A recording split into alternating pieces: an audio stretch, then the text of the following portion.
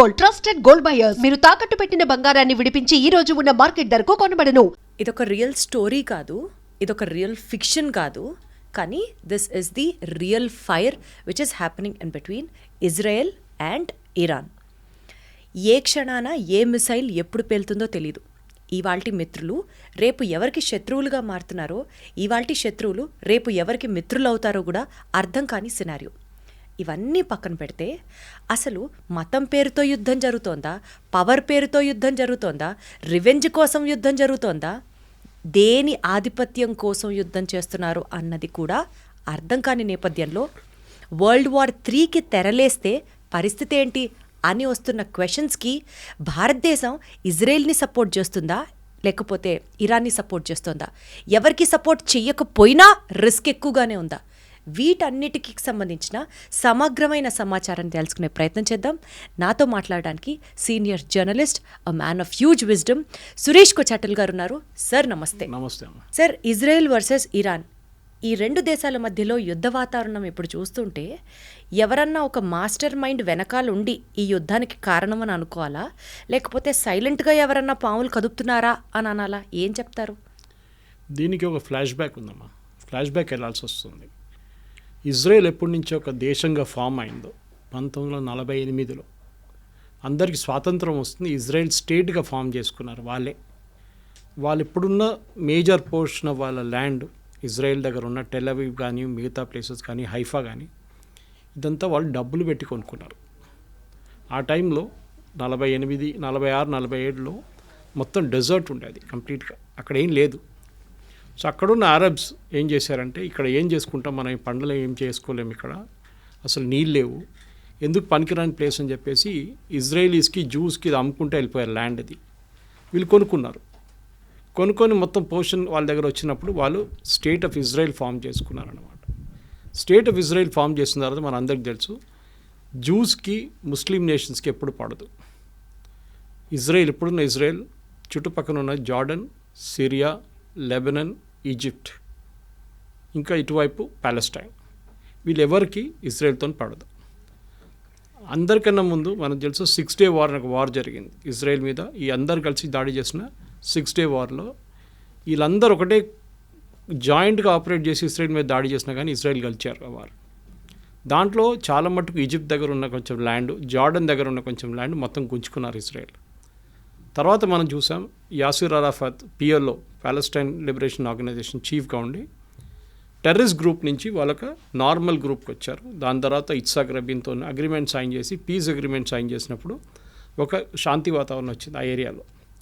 కానీ దాని తర్వాత వర్సెస్ ఆ మిగిలిన 6 నేషన్స్కి శాంతి వాతావరణం వచ్చిందని చెప్తున్నారు. అంటే వాళ్ళందరూ వెనకకి వెళ్ళిపోయారు. పిఎల్ఓ మెయిన్గా ప్యాలెస్టైన్ లిబరేషన్ ఆర్గనైజేషన్ ఇజ్రాయెల్ని అంగీకరించారు. Israel has a right to exist అని. ఎందుకంటే అరబ్స్కి ఒక ప్రాబ్లం ఏంటంటే ఇజ్రాయెల్ అని రాష్ట్రం ఉండకూడదు. ఈ బేసిక్ ఇప్పుడున్న కూడా అదే ప్రాబ్లం. మీరు చూడండి, ఇరాన్ ఏమంటున్నారు, Israel has no right to exist. అంటే ఇజ్రాయెల్ ఒక దేశంగా ఉండకూడదు, వాళ్ళని మొత్తం వైపౌట్ చేయాలి, జూస్ అనే కమ్యూనిటీ ఉండకూడదు. ఇది వాళ్ళు ఇప్పుడు కాదు, ఇది మన కింగ్ సోలమన్ టైం నుంచి వస్తున్నాం మనం. ఇన్ఫ్యాక్ట్ లోకంలో ఒకటే దేశం ఉంది, ఎప్పుడైనా జూస్కి పారిపోయి వచ్చినప్పుడు వాళ్ళని రండి మా దగ్గర ఉండండి అని చెప్పడానికి లోకంలో ఒకటే దేశం ఉండే ఆ టైంలో. You talking of from the king Solomon time నుంచి, అది భారతదేశం. నాకు ఇప్పుడు కూడా గుర్తుంది, మా ఇంటి నుంచి కేరళలో ఉన్న మా విలేజ్ నుంచి 16 కిలోమీటర్ దూరం క్రాంగనూర్ అని చెప్పి పెద్ద ఒక పోర్ట్ ఉండే ఒక టైంలో. దాని తర్వాత ఒక సునామీ వచ్చినప్పుడు మొత్తం కొట్టుకుపోయింది అది 17th century 16th centuryలో. అప్పుడు దాన్ని కొడుంగలూరు అంటారు ఆ ప్లేస్ని. వెరీ సీకోస్ట్ దగ్గర ఉంటుంది. జూస్ వచ్చి ఫస్ట్ ల్యాండ్ చేసిన ప్లేస్ అది ఇండియాలో. ఇంకోటి ముంబై వైపు కూడా ల్యాండ్ అయ్యారు, అప్పుడు బాంబే. అక్కడ కూడా అక్కడున్న రాజు రండి మాతో ఉండండి అని చెప్పి వాళ్ళకి స్థలం ఇచ్చారు. ఇక్కడ కూడా వాళ్ళకి పెద్ద ఒక స్థలం ఇచ్చారు. వాళ్ళు ఫస్ట్ సినగాగ్ అక్కడ కట్టుకున్నారు, అంటే వాడు గుడి అనుకోండి. అక్కడ నెక్స్ట్ వాళ్ళు కొచ్చిన్కి వెళ్ళారు. మీరు ఇప్పుడు కూడా కొచ్చిన్కి వెళ్తే జ్యూ టౌన్ అని పెద్ద టౌన్ ఉంది అక్కడ ఓల్డ్ కొచ్చిలో, ఫోర్ట్ కొచ్చిలో. కంప్లీట్ జ్యూస్ ఉండేటోళ్ళు అక్కడ, కానీ ఇప్పుడు అందరు వెళ్ళిపోయారు. ఇప్పుడు ఒక 20 మంది ఉన్నారు అక్కడ అంతే. సో చాలా తక్కువ, కానీ అక్కడ పెద్ద ఒక సినగాగ్ ఉంది, చాలా బ్యూటిఫుల్ సినగాగ్ అది. సో జ్యూస్ అనే ఒక కమ్యూనిటీని మనం ఎట్లా అంటే వాళ్ళని ఉండనీయట్లేదు. ఈ అరబ్ నేషన్స్కి జ్యూస్ అంటే అస్సలు పడదు. అది ఇప్పుడు కూడా చూడండి, ఎవరైనా కానివ్వండి. ఇప్పుడు వీళ్ళ కాన్సెప్ట్ ఏంటంటే from the river to the sea is Palestine అని. రివర్ అంటే జార్డన్ రివర్ ఒకవైపు, సీ ఒకవైపు. ఇక్కడ ఇజ్రాయెల్ ఉన్నారు, ఇటువైపు జార్డన్, ఇటువైపు ఏమో ఇప్పుడున్న గాజా స్ట్రిప్. అంటే ఇజ్రాయెల్ ఉండకూడదు నడిమిట్ల, జార్డన్ నుంచి గాజా దాకా, అక్కడి నుంచి సీ దాకా మొత్తం వాళ్ళ దేశమే ఉండాలని చెప్తున్నారు. ఎవరు? పాలస్టీనియన్స్ వాళ్ళు. ఇది అంగీకరిస్తున్నారు అరబ్ నేషన్స్ అందరూ. ఇన్ఫ్యాక్ట్ ఈ పీస్ డీల్ సైన్ చేసిన తర్వాత కూడా మనకందరూ తెలుసు, దానికన్నా ముందు మ్యూనిక్ ఒలింపిక్స్లో 11 మంది ఇజ్రాయేలీ అథ్లీట్స్ చంపారు పిఎల్లో. దాని తర్వాత పెద్ద గొడవ జరిగింది. వీళ్ళందరినీ ఎవరో చంపారో వాళ్ళందరినీ పట్టుకొని పిఎల్లో వాళ్ళని ఒక్కరి తర్వాత ఒకరు చంపారు సార్ ఇజ్రాయెల్. అప్పుడు ఇజ్రాయెల్ తెలిసింది ఏంటంటే, మాకు సర్వైవ్ చేయాలంటే మాకు ఛాన్స్ లేదు, మాకు ఆప్షన్ లేదు, we have to fight to survive. ఎవరు వారిని సింపథైజ్ చేయరు. సింపథైజ్ చేసే చాలా తక్కువ నేషన్స్ ఉన్నారు. ఇన్ఫ్యాక్ట్ ఇందిరాగాంధీ టైంలో పిఎల్ఓకి సపోర్ట్ చేశారు, మన ఇజ్రాయెల్ సపోర్ట్ చేయలేదు. ఒక టెర్రరిస్ట్ ఆర్గనైజేషన్ సపోర్ట్ చేశారు. ఇప్పుడు కూడా మన హమాస్ని ఒక టెర్రరిస్ట్ ఆర్గనైజేషన్గా డిక్లేర్ చేయలేదు, ఈవెన్ మోదీ గవర్నమెంట్ వచ్చిన తర్వాత కూడా. కానీ దానికన్నా ముందు ఇంకా దారుణ పరిస్థితి ఉండే. పిఎల్ఓ లాంటి టెర్రరిస్ట్ ఆర్గనైజేషన్ని భారతదేశం సపోర్ట్ చేస్తుండే. ఓకే, సరే ఆ హిస్టరీ అయిపోయింది. యాసిర్ అరాఫాత్ని ఇజ్రాయెల్ వాళ్ళు చంపేశారు, అది అందరికి తెలుసు. ఫుడ్ పాయిజనింగ్ చేసి ఆయన అవుట్ చేసేసారు కంప్లీట్గా. దాని తర్వాత వాళ్ళు next in command take over చేసుకున్నారు, కానీ వాళ్ళని అందరినీ హమాస్ తెరిమి కొట్టి బయటకు చేసేస్తారు. Okay, Hamas is a terrorist organisation. Hamas main sponsor Iran. ఇప్పుడు మనం హిస్టరీకి వస్తున్నాం, ప్రజెంట్ డే హిస్టరీ, పాత హిస్టరీ నుంచి ప్రజెంట్ డే హిస్టరీకి వస్తున్నాం. అటువైపు లెబనన్ ఆ కంట్రీలో క్రిస్టియన్ కంట్రీ ఉండేది. ఒక 10-20 సంవత్సరాల ముందు క్రిస్టియన్ కంట్రీ, అది ఇప్పుడు టోటల్ ఇస్లామిక్ అయిపోయింది. అక్కడ ఉన్న క్రిస్టియన్స్ 16% ఎంత ఉన్నారు, వాళ్ళు కూడా అక్కడి నుంచి పారిపోతున్నారు. ఎవరు లేరు ఇప్పుడు అక్కడ, ఎక్కువ ఉన్నారు 6-10% ఉన్నారు అంతే. అక్కడ హెజ్బుల్లా అని చెప్పి ఇంకొక టెర్రరిస్ట్ ఫోర్స్ని ఇరాన్ సపోర్ట్ చేస్తున్నారు.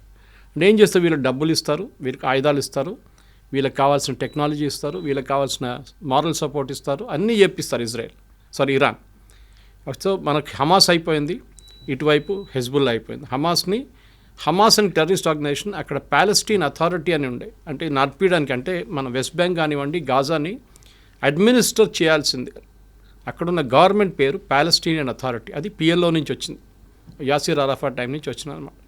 కానీ హమాస్ వాళ్ళని ఉండనియట్లేదు అక్కడ అసలు. మీరు అసలు మీరేం చేయకూడదు ఇక్కడ, మీరు పక్కన జరిగిపోండి అని చెప్పి గాజా నుంచి తరిమి కొట్టేశారు బయటికి. వాళ్ళు ఉన్నది ఇప్పుడు వెస్ట్ బ్యాంక్లో ఉన్నారంతే ఇటువైపు. సో గాజాలో ఉన్న టెర్రరిస్ట్ గ్రూప్. మూడోది హూతీస్. యమన్లో మీకు తెలుసు, యమన్లో పెద్ద ఒక సివిల్ వార్ జరిగిన తర్వాత హాఫ్ యమన్ టెర్రరిస్ట్ గ్రూప్ దగ్గర ఉంది, ఇంకొక హాఫ్ గవర్నమెంట్ దగ్గర ఉంది, వాళ్ళ గవర్నమెంట్. ఈ terrorist group financed again Iran, మొత్తం డబ్బులు ఇచ్చి ఆయుధాలు ఇచ్చి. హూతీస్ అంటారు వాళ్ళు. సో 3 Hలు, హూతీ, హెజ్బుల్లా, హమాస్. వీళ్ళు ముగ్గురు కలిసి ఇజ్రాయెల్ మీద ఎప్పుడు దాడి చేస్తూనే ఉంటారు. సూసైడ్ బాంబ్ అటాక్ ఉండొచ్చు. మనం మర్చిపోకూడదు, చాలామంది అరబ్స్ ఇజ్రాయెల్లో ఉంటారు, పనిచేస్తారు ఇజ్రాయెల్లో, కానీ అప్పుడు కూడా ఇజ్రాయెల్ వాళ్ళని ఉండనిస్తున్నారు, ప్రాబ్లం లేదు. కానీ అప్పుడప్పుడు ఏం చేస్తారంటే, ఈ గాజా వైపు నుంచి వచ్చిన వాళ్ళు ఎవరైనా, లేకుంటే ఈ గ్రూప్ నుంచి ఎవరైనా సూసైడ్ బాంబ్ చేస్తారు. బస్ స్టాండ్ దగ్గరనో, లేకుంటే సోల్జర్స్ వెళ్తున్న అక్కడ చెక్ పోస్ట్ కాడ వెళ్ళి సూసైడ్ బాంబింగ్ చేస్తారు. అది ఇజ్రాయెల్ తర్వాత స్ట్రాటజీ యూజ్ చేసి దాన్ని అడ్డుకున్నారు. ఇదంతా మొదలైంది ఎక్కడంటే October 7th. మనకు అందరికీ తెలుసు, 2 సంవత్సరాల ముందు October 7th ఇజ్రాయెల్ మీద గాజా నుంచి పెద్ద ఒక దాడి జరిగింది. మేజర్ ఇంటెలిజెన్స్ ఫెయిలియర్ అది, దాంట్లో డౌట్ లేదు. 1000 మంది కనుక చనిపోయారు, 1200 మందిని కిడ్నాప్ చేసి తీసుకెళ్లారు, మన అందరికీ తెలుసు అది. దాంట్లో ఇప్పుడు కూడా 48 మంది వాళ్ళ దగ్గర ఉన్నారు, పాలస్టీనియన్ టెర్రరిస్ట్ దగ్గర ఉన్నారు, హమాస్ దగ్గర. హమాస్ ఏం చేశారంటే, అక్కడున్న హెల్త్ మినిస్ట్రీ వాళ్ళ దగ్గర ఉంది, అక్కడున్న హాస్పిటల్ కానివ్వండి, స్కూల్ కానివ్వండి, దాని కింద ఇరాన్ నుంచి వచ్చిన డబ్బులు పెట్టి ఒక 10 సంవత్సరాల నుంచి టనల్స్ కట్టుకున్నారు, అండర్గ్రౌండ్ టనల్స్. ఈ అండర్గ్రౌండ్ టనల్స్లో దాచుకుంటారు, ఎందుకంటే వీళ్ళు పైన ఎక్కడ ఉంటే ఇజ్రాయెల్ వచ్చి బాంబు చేసేస్తారు. సో టనల్స్లో ఉంటారని వాళ్ళ స్ట్రాటజీ అది. కానీ ఇజ్రాయెల్ ఇంటెలిజెన్స్ నేను చెప్పినట్లు మొస్సాడ్ వాళ్ళ చాలా ఎఫెక్టివ్. వాళ్ళకి పిన్ పాయింట్ అక్యురసీతో చెప్తారు, ఈ బిల్డింగ్లో ఉన్నారు అని క్లియర్గా చెప్పినప్పుడు కొడతారు. అది ఇస్మాయిల్ హనియా ఇరాన్లో కొట్టినట్లు కానివ్వండి, నస్రుల్లాని మన లెబనాన్లో కొట్టినా కానీ, వీళ్ళందరినీ ఎక్కడున్నా కానీ, ఇక్కడున్న హమాస్ వాళ్ళ టెర్రరిస్ట్ గ్రూప్ లీడర్స్ కూడా టార్గెట్ స్పెసిఫిక్గా కొడతారన్నమాట. సో ఏం చేస్తారంటే, ఇప్పుడు హమాస్ని కంప్లీట్గా ఫినిష్ చేసేసారు, కానీ ఇప్పుడు కూడా గాజాలో నడుస్తుంది. డైలీ 2-3 ఇజ్రాయలీ సోల్జర్స్ చనిపోతున్నారు, కానీ ఆల్మోస్ట్ వైప్అవుట్ చేసేసారు గాజా నుంచి. అటువైపు వైప్అవుట్ ఉంది, కానీ ఇంకా ఉన్నారు వాళ్ళు. వాళ్ళు హైలీ ట్రైన్డ్ వాళ్ళు, అంటే హైలీ ట్రైన్డ్ అంటే మోటివేటెడ్. అదే టైంలో లెబనాన్ వైపు మొత్తం ఫినిష్ చేసేసారు అక్కడ కూడా. నస్రుల్లాని చంపిన తర్వాత నెక్స్ట్ లెవెల్ లీడర్షిప్ వచ్చిన తర్వాత వాళ్ళని కూడా చంపేశారు. సో నెక్స్ట్ వచ్చి హూతీస్ని యుఎస్ చూసుకుంటున్నారు. బాంబింగ్ వేసినప్పుడు అక్కడ వాళ్ళు మిసైల్ వీళ్ళందరికీ ఆయుధాలు ఇచ్చేది ఇరాన్. ఇన్ని సంవత్సరాల నుంచి ఎవరు వీళ్ళని పట్టించుకోలేదు. యుఎస్ కానివ్వండి, యూకే కానివ్వండి, ఇరాన్ కానివ్వండి, ఇరాన్ మిసైల్స్ ఇస్తున్నా కానీ ఏం చెప్పకుండా వీళ్ళందరూ హెల్ప్ చేసుకున్నారు. కానీ ఒక స్టేట్కి ఇప్పుడు వచ్చేట్లు వచ్చిందంటే October 7 జరిగిన దాడి తర్వాత ఇజ్రాయెల్కి తెలిసిపోయింది ఈ గేమ్ ఇంకా మనం ఇట్లా ఆడుకుంటూ పోతే కాదు, కంప్లీట్గా వైపౌట్ చేయాలని చెప్పి టైం తీసుకొని వాళ్ళ లీడర్షిప్ని కంప్లీట్ వైపౌట్ చేసేసారు. హమాస్ ఫినిష్ చేసేసారు, మనందరూ సిన్వార్ బ్రదర్స్ని ఇద్దరిని చంపేశారు. ఇటువైపు ఏమో నస్రుల్లాని చంపారు, అటువైపు ఏమో ఇస్మాయిల్ హనియాని ఫినిష్ చేసేసారు. వీళ్ళందరు లీడర్స్ కూర్చుంటుంది ఖతార్లో, అది మర్చిపోకూడదు మనం. అది ముస్లిం బ్రదర్హుడ్ కానివ్వండి, మీరు ఈ హమాస్ కానివ్వండి, లెబనీస్ మిలిషియా కానీ వీళ్ళందరూ కూర్చుంటుంది ఖతార్లో ఉంటారు. ఇరాన్ బ్యాకింగ్ ఉంటుంది. ఇరాన్కి సౌదీ అరేబియాకి పడదు, ఇరాన్కి బహ్రెయిన్కి పడదు, ఇరాన్కి యమన్కి పడదు, యమన్కి ఇరాన్కి ఒమాన్కి పడదు. ఇలా Iran is a Shia nation. Shia nation అంటే సార్? షియా అంటే వీళ్ళ ముస్లిమ్స్లో 2 గ్రూప్స్ ఉంటారు. షియా మైనారిటీ, మన హైదరాబాద్ వైపు చాలామంది షియాస్ ఉంటారు ఇక్కడ. ఎందుకంటే నిజాం ఒరిజినలీ ఫస్ట్ పర్షియా, వీళ్ళు షియాస్ అన్నమాట. ఇక్కడ సున్నీస్ మెజారిటీ ఉంటారు, 90% ఆల్మోస్ట్ సున్నీస్ ఉన్నారు వరల్డ్ వైడ్. వీళ్ళకి ఎప్పుడు ఇద్దరికి పడదు. దే డోంట్ బిలీవ్, వాళ్ళ కాన్సెప్ట్ అలాగ ఉంటుంది. ప్రాఫెట్ మొహమ్మద్ నుంచి వచ్చే కాన్సెప్ట్ అలాగ ఉంటుంది. అది కాకుండా వీళ్ళకి అంటే ఇంకా చాలా గ్రూప్స్ ఉన్నాయి. అహ్మదియాస్ ఉన్నారు. అహ్మదియాస్ని అయితే ముస్లిమ్స్ అని అసలు అంగీకరించారు ఎవరు, షియాస్ సున్నీస్ ఇద్దరు. సో మన దగ్గర కూడా చూస్తాం, మన పాకిస్తాన్ వైపు నిన్న కూడా దాడి జరిగింది అహ్మదియాస్ మీద అన్నమాట. సో చాలా మటుకు ముస్లిమ్స్లో చిన్న చిన్న గ్రూప్స్ ఉన్నాయి, కానీ మేజర్ గ్రూప్స్లో సున్నీస్, షియా. సో ఈ షియా నేషన్ ఉన్న ఇరాన్ని వీరెవరు సీరియస్గా తీసుకోరు.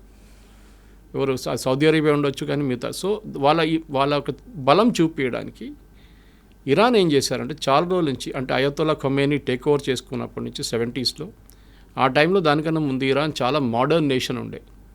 మీరు ఒకసారి ఆ టైం ఇరాన్ ఫోటోగ్రాఫ్స్ చూస్తే మీరు యూఎస్లో ఉన్నారా లేకుంటే ఇరాన్ అన్న ఒక డౌట్ వస్తుందన్నమాట. బీచ్లో బికినీ చేసుకుని తిరిగేది, పబ్స్ ఉండేది, అక్కడ చాలా మోడర్న్ నేషన్ ఉండేది షా ఆఫ్ ఇరాన్ ఉన్నప్పుడు. కానీ షా ఆఫ్ ఇరాన్ ఓవర్త్రో చేసి ఖొమేనీ వచ్చిన తర్వాత మొత్తం థియోక్రటిక్ స్టేట్ అయిపోయింది అన్నమాట. అంటే రిలీజియన్ బేస్డ్. వాళ్ళు ముస్లిం మహిళలు చదువుకోకూడదు, బుర్కాల్లో ఉండాలి, వాళ్ళు ఎవరితో బయట తిరగకూడదు, ఇట్లాంటి చాలా మటుకు స్ట్రిక్ట్ రూల్స్ తీసుకొచ్చారు వాళ్ళు. అట్లా ఉన్నప్పుడు ఏమైపోయింది, థియోక్రటిక్ స్టేట్ అయిపోయింది. ఖొమేనీ చనిపోయిన తర్వాత నెక్స్ట్ ఖొమేనీ వచ్చారు, నడుస్తూనే ఉండే వాళ్ళ రూల్ నడుస్తుంది ఇంకా. కానీ వీళ్ళేం చేస్తారంటే వీళ్ళకి మెయిన్ ఎనిమీ ఇజ్రాయెల్ మీద దాడి చేయాలి. వీళ్ళు డైరెక్ట్గా చేయరు. నేను చెప్పిన ఈ 3 గ్రూప్తోని చేపిస్తారు, హూతీస్, హమాస్, హెజ్బుల్లా.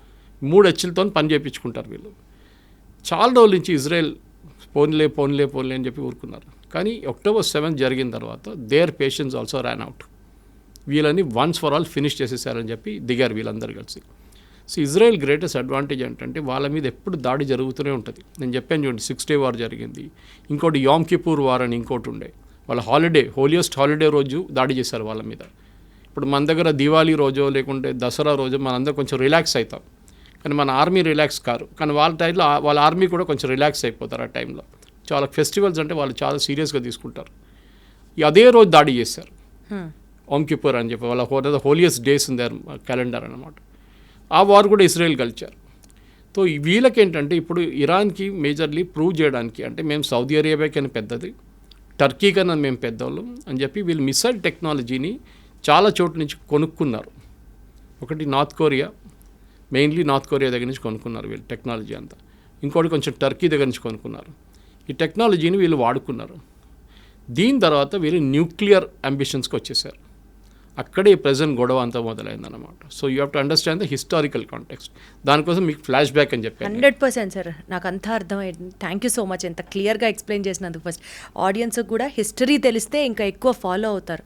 సార్ ఇప్పుడు కమింగ్ టు ది పాయింట్, అసలు ఇజ్రాయెల్కి ఇరాన్కి మధ్యలో ఎంతసేపు ఇరాన్ ఇజ్రాయెల్ని ఫినిష్ చేయాలి అన్న ఆలోచన, అది కేవలం మతపరంగానే చూస్తామా, లేకపోతే డామినెన్సా, లేకపోతే పవర్ కోసమా, లేదా ఆయిల్ డామినెన్స్ కోసం, ప్రపంచవ్యాప్తంగా ఆయిల్ మా దగ్గర నుంచే ఉండాలి అన్న ఒక ఆ స్టేట్మెంట్ కోసమా? అసలు ఎందుకు why is Israel being targeted now and then?